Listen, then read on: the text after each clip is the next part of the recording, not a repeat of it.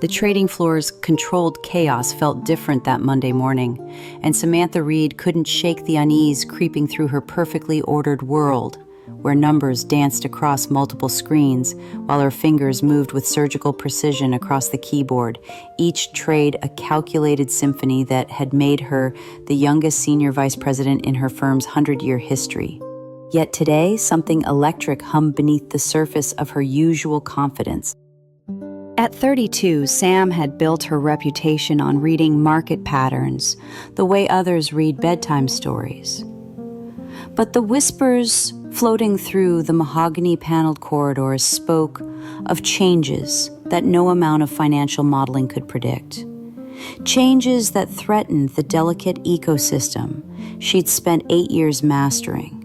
One hostile takeover and countless sleepless nights at a time.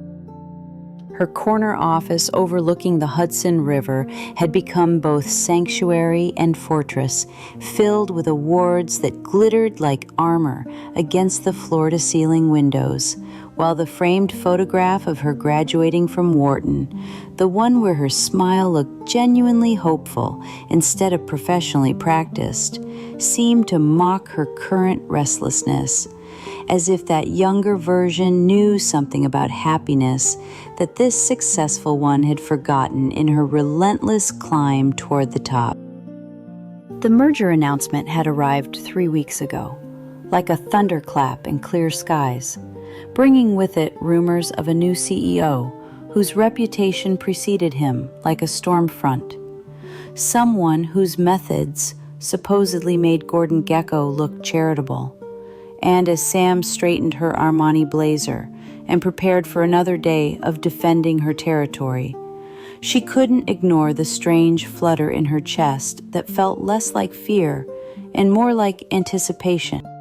Something fundamental was about to shift in her carefully controlled universe, and for the first time in years, Samantha Reed wasn't entirely sure she wanted to stop it. The elevator doors slid open on the 42nd floor with mechanical precision, and Samantha stepped into what felt like enemy territory, her heels clicking against marble that somehow seemed different now, charged with the electricity of corporate conquest, while whispers died in her wake as colleagues pretended to study their screens with unusual intensity, creating an atmosphere thick enough to cut with the Mont Blanc pen tucked into her blazer pocket. She rounded the corner toward the executive conference room and froze because there he stood with his back to her, tall and commanding in a charcoal suit that probably cost more than most people's monthly rent. Dark hair, slightly tousled, as if he'd been running his fingers through it. And when he turned at the sound of her approach, piercing blue eyes met hers with an intensity that hit her like ice water and lightning simultaneously, stealing her breath in a way that had absolutely nothing to do with professional intimidation. "You must be Samantha Reed." His voice carried a slight accent she couldn't immediately place, cultured and smooth like aged whiskey, while his smile was all sharp edges and calculated charm, the kind that probably made board members weak at the knees and competitors second-guess every decision they'd ever made. Yet something flickered behind those eyes that seemed almost vulnerable before disappearing so quickly she wondered if she'd imagined it entirely. "Mr. Castellanos," she replied, extending her hand with more confidence than she felt. And when their fingers touched during the handshake, static electricity seemed to arc between them. Or maybe that was just her imagination running wild, because successful women didn't get flustered by handsome executives, especially ones whose reputation preceded them like a storm warning, threatening everything she'd worked so hard to build in this glass and steel fortress overlooking the Hudson. "I've heard quite a lot about you," he said, not releasing her hand immediately, studying her face with the focused attention of someone used to reading people like quarterly reports, while she found herself noting the way his tie was slightly askew, as if he'd loosened it in a moment of stress. A crack in his otherwise perfect armor that made her wonder what pressures he carried beneath that confident exterior. The air between them crackled with something indefinable, part challenge and part recognition, like two predators circling each other while trying to determine if the other was threat or prey. And Sam realized with dawning horror that for the first time in her career, she wasn't entirely sure which one she was. The merger meetings became a strange kind of dance over the following weeks, where Samantha found herself anticipating Diego Castellanos' presence in conference rooms with an intensity that had nothing to do with quarterly projections, her pulse quickening whenever his voice carried through the hallway. And she began to notice how he listened to her financial analyses with the same concentrated attention others reserved for religious sermons, as if her words carried weight beyond mere numbers and market predictions. Are you noticing how this rivalry is transforming into something deeper? What do you think Samantha still hasn't discovered about Diego? Follow our channel, Sparks Flies Stories, to catch every twist in this story. Shall we continue our story?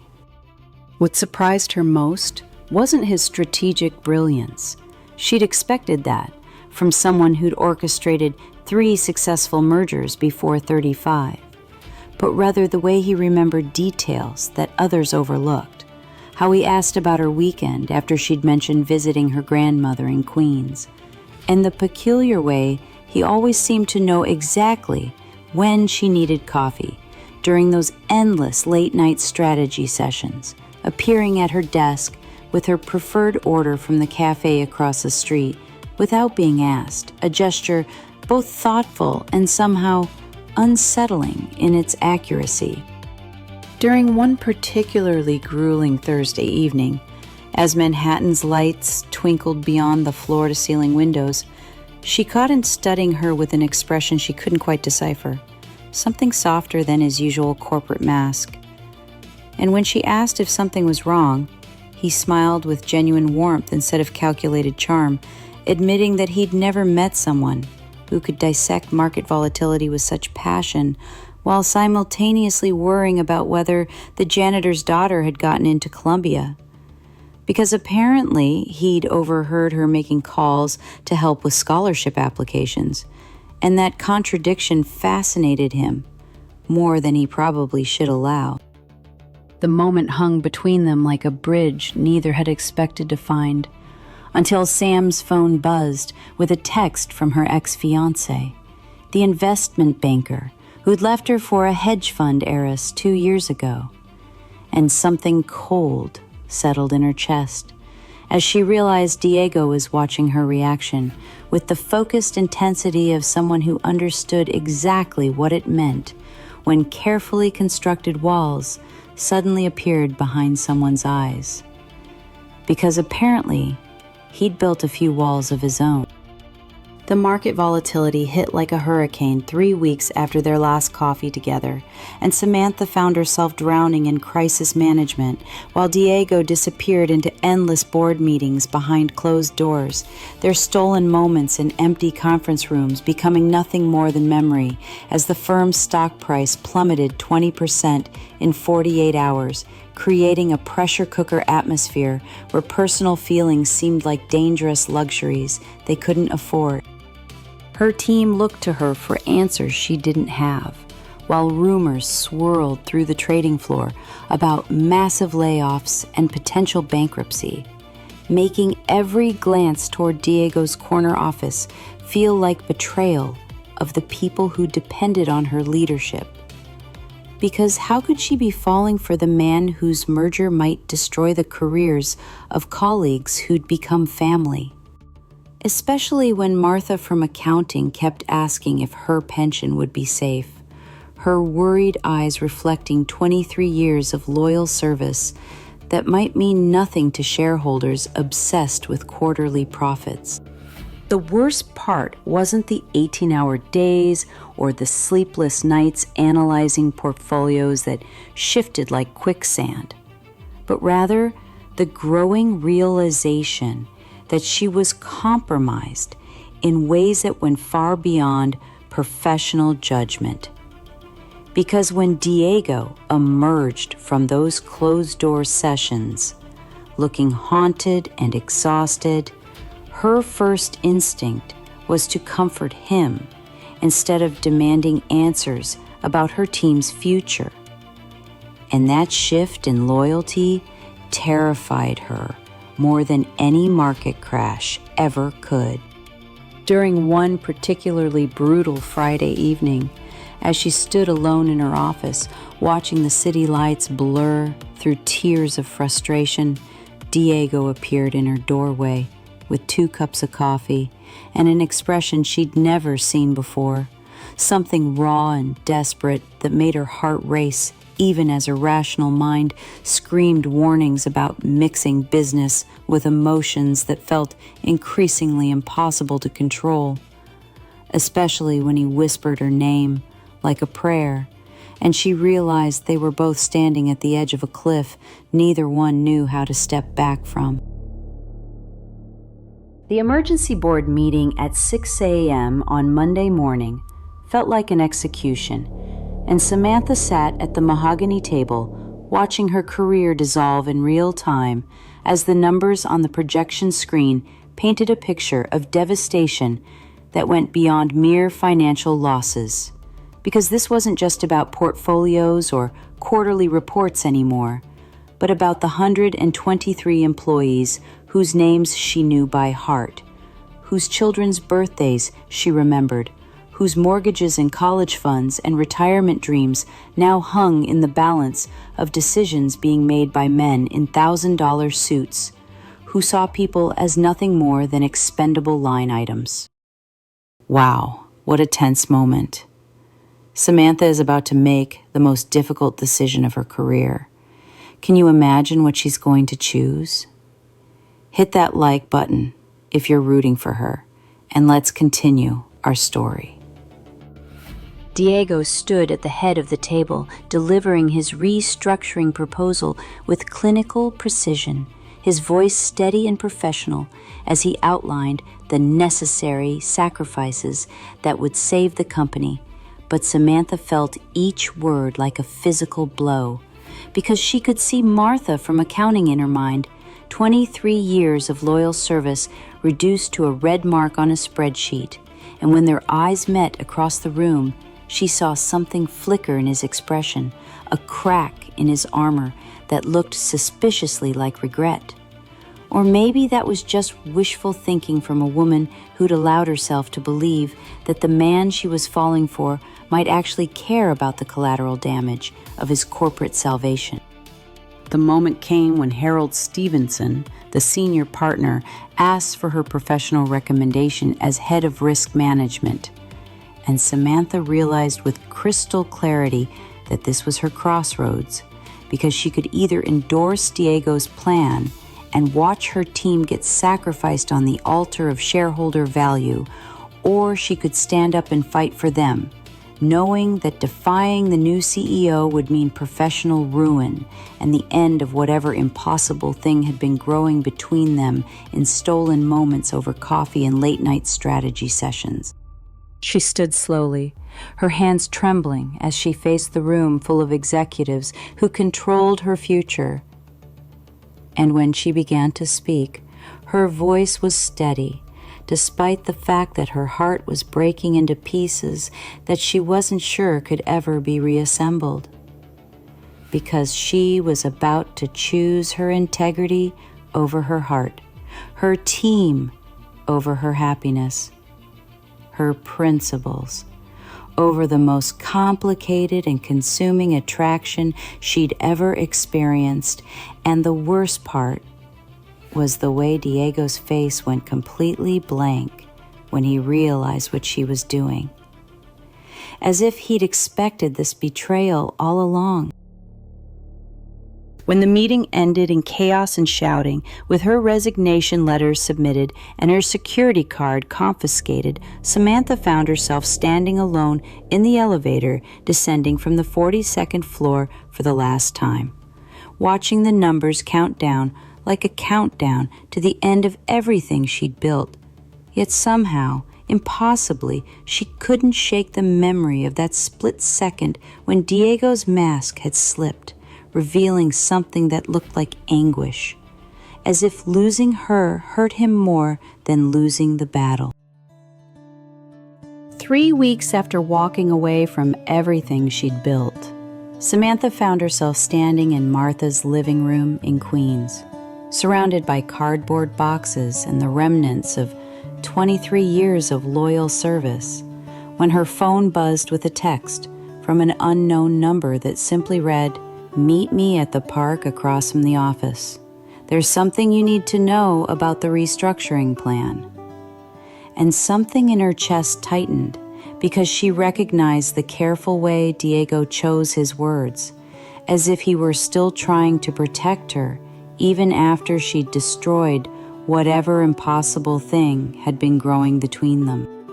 The autumn air felt sharp against her skin as she walked through Central Park, her heels clicking against the stone path until she saw him sitting alone on a bench, his usually perfect posture slumped in a way that made him look younger and more vulnerable than the corporate shark she'd convinced herself he was. And when he looked up at her approach, his eyes held a weight she'd never seen before, something that made her realize she might have been wrong about everything, including the man she'd thought she understood. "The layoffs were never my idea," he said without preamble, his voice rough with exhaustion. And then he was pulling out a folder thick with documents, showing her emails and board minutes and shareholder demands that painted a picture of corporate pressure she'd never imagined, revealing how he'd been fighting for months to find alternatives to massive cuts, how every cold calculation she'd witnessed had been his desperate attempt to save as many jobs as possible while appearing to comply with directives from investors who saw employees as nothing more than expendable resources. The truth hit her like a physical blow, because he'd been carrying the weight of everyone's hatred while trying to protect them, taking the role of villain so the board wouldn't find someone truly ruthless to replace him. And as she read through proposal after proposal, where he'd fought for severance packages and retraining programs, she realized that every moment she'd spent judging him, he'd been sacrificing his own reputation to shield her team from far worse fates. And the worst part was that he'd let her hate him rather than compromise her integrity by asking her to keep secrets that would have torn her apart. "I couldn't tell you," he whispered, his fingers brushing hers as she turned the final page, and in that touch, she felt all the sleepless nights he'd spent trying to find solutions, all the board meetings where he'd been the lone voice fighting for humanity in a world of profit margins, and she understood with devastating clarity that the man she'd fallen for had been protecting her, even when it meant losing her, because he'd known that asking her to choose between truth and loyalty would have destroyed the very thing he'd come to love most about her. 6 months later, Samantha stood in the same park where everything had changed. But this time, Diego's arms were wrapped around her from behind as they watched the sunset paint Manhattan's skyline in shades of gold and amber, and she marveled at how the city looked completely different now, as if discovering the truth about his sacrifice had somehow shifted the very light that touched every building, every street corner where they'd walked separately before learning they'd been walking toward each other all along. The new consulting firm they'd started together, focusing on ethical corporate restructuring that prioritized human dignity alongside profit margins, had already secured 3 major clients, but more importantly, it had given them a shared mission that felt like destiny, manifesting in spreadsheets and boardroom presentations, because who could have predicted that their biggest professional conflict would become the foundation for their life's work? Or that Martha from accounting would become their first employee and unofficial company mascot, her pension secure and her faith in good people restored. Do you ever wonder if we were meant to hate each other first? Diego murmured against her ear, his breath warm against her neck as his fingers intertwined with hers. And Sam felt that familiar flutter in her chest, the same one she'd experienced in their first meeting, but now recognized as her heart acknowledging something her mind hadn't yet understood. Something about how the deepest loves often begin disguised as their opposite, as if the universe knows that souls strong enough to weather initial storms are strong enough to weather anything. As the last light faded and the city's evening symphony began around them, Samantha closed her eyes and smiled, finally understanding that some connections are too profound for coincidence, too perfect for chance, and too transformative to be anything but proof that love doesn't just happen. It arrives precisely when 2 hearts are ready to recognize that they've been searching for each other their entire lives, even when they thought they were fighting. What an emotional ending. Samantha and Diego proved that sometimes our biggest challenges lead us to our greatest loves. If this Wall Street story moved you, subscribe to Sparks Fly Stories and hit that like button. In the comments, tell us, do you believe some people enter our lives disguised as obstacles when they're actually gifts? See you in the next story.